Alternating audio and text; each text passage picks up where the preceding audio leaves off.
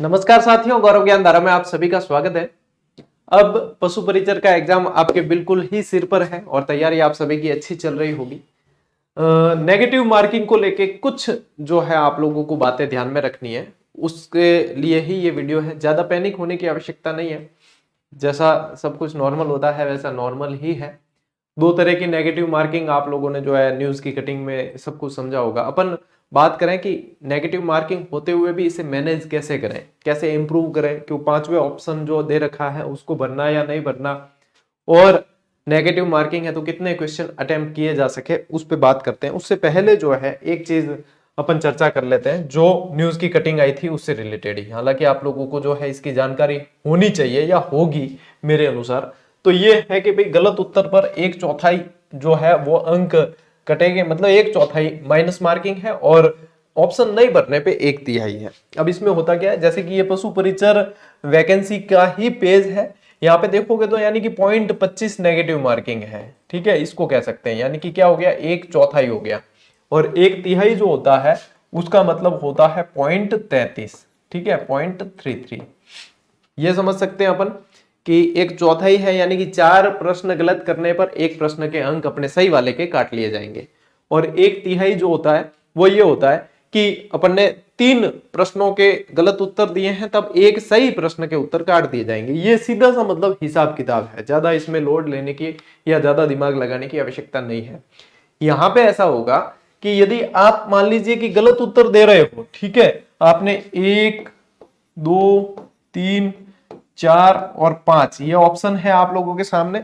अब आप लोगों ने इसमें से किसी प्रश्न का गलत उत्तर दिया है, जैसे देते देते आप लोगों ने 4 प्रश्न तक गलत दिए, उसके बाद में आप लोगों के एक सही प्रश्न का उत्तर काट दिया जाए, मतलब ये माइनस मार्किंग हो जाता है, ये माइनस कर दिया जाता है। जो अपन ने गेन किया है सही था, यानी कि अपन ने गेन किया है, उसमें से भी काट दिया जाता है।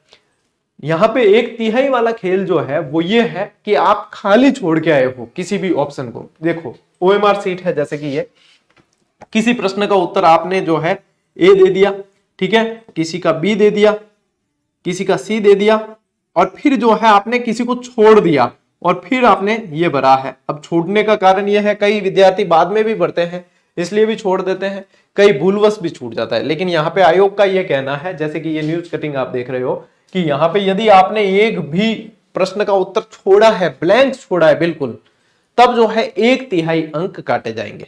ठीक है, यानी 3 प्रश्नों के आपने उत्तर दिए ही नहीं है, आपने छोड़ दिया है, तब जो है आपके एक जो सही प्रश्न किया हुआ है उसका अंक मतलब उसके काट दिए जाएंगे। ये सीधा सा हिसाब किताब है। तो सबसे पहली चीज ये ध्यान रखनी है कि इसमें छोड़ना अपन को कुछ भी नहीं है। जो पहले अपन छोड़ के आ जाते थे वो चीज छोड़नी नहीं है। ये इसलिए किया गया है कि भैया धांधलियां रोकी जाए। जो अंदर देखो आयोग में भी कई, जो आप लोगों ने देखा है कि अब मतलब जिसको बिल्ली को रखवाली दी है तो वही अंदर जो है दूध पी जाए, वो वाली बात है। तो कई जने अंदर मिली भगत हो जाती है, ओएमआर भरवा देते हैं बाद में। तो इसमें यही प्रावधान किया गया है कि छोड़ना कुछ भी नहीं है। इसमें कार्बन कॉपी होती है, आप लोगों के पास में प्रूफ होता है, आप लेके आ जाते हो, फिर आपके पास में प्रूफ होता है कि मैंने तो सारे भरे थे। तो यहाँ पे ये चीज ध्यान में रखनी है कि ए बी सी डी और ई आपके पास में किसी भी प्रश्न को खाली तो छोड़ना नहीं है। या तो आप उसका सही उत्तर देके आओगे, सही उत्तर नहीं पता है तो अनुत्तरित होता है ई ऑप्शन। ठीक है, इसको भर के आना है। ये चीज आप लोगों को सबसे पहले ध्यान में रखनी है, तो ये जरूर करना है। और ऐसे 10% यदि आपने खाली छोड़ दिए, मान लीजिए आपने भूलवश भी नहीं भरे या आपने 10% खाली छोड़ दिए, यानी आप लोगों के 150 अंक प्रश्नों का पेपर हो रहा है पशु परिचर का, तो उसमें से आप लोगों ने 15 प्रश्न, ठीक है, 15 प्रश्न के उत्तर नहीं दिए तो आप उस परीक्षा के लिए अघोषित कर दिए जाओगे। सीधी सी बात है, आपको अयोग्य घोषित कर दिया जाएगा, अयोग्य घोषित कर दिया जाएगा उसमें। यानी कि 15 प्रश्न तो किसी हालत में, 15 छोड़ो, एक भी अपने खाली तो छोड़ना ही नहीं है। खाली छोड़ोगे तो 1/3 जो है माइनस मार्किंग होगी। अब आओ मुद्दे की बात पे, ये दोनों चीजें ध्यान में रखनी है कि नहीं आता तो भी ई तो भर के आना है। अब देखो अपन बात करते हैं कि यदि देखो आप जो है अपने एग्जाम दे रहे हो तो इसमें क्या है कि 4 प्रश्न के उत्तर गलत करोगे ना, तब एक सही का जो है आप लोगों के कट जाएगा। अब यहां पे ये चीज ध्यान में रखनी है कि देखो आप लोग अटेंड कर रहे हो, यहां पे अटेंड ज्यादा करेंगे वो बाजी मारेंगे, ये बात भी आप लोगों को, रिस्क जो लेगा वो आगे भी जाएगा, ये बात भी है। और रिस्क भी कौन ले सकता है, डायरेक्ट तुक्का नहीं मारना है। डायरेक्ट तुक्का मारोगे तो किसी के सही नहीं होता। रिस्क भी वह ले सकता है जिसने पढ़ा है तब जब 50-50 ऑप्शन पे पहुंच जाओ तब आप लोगों को रिस्क लेनी है।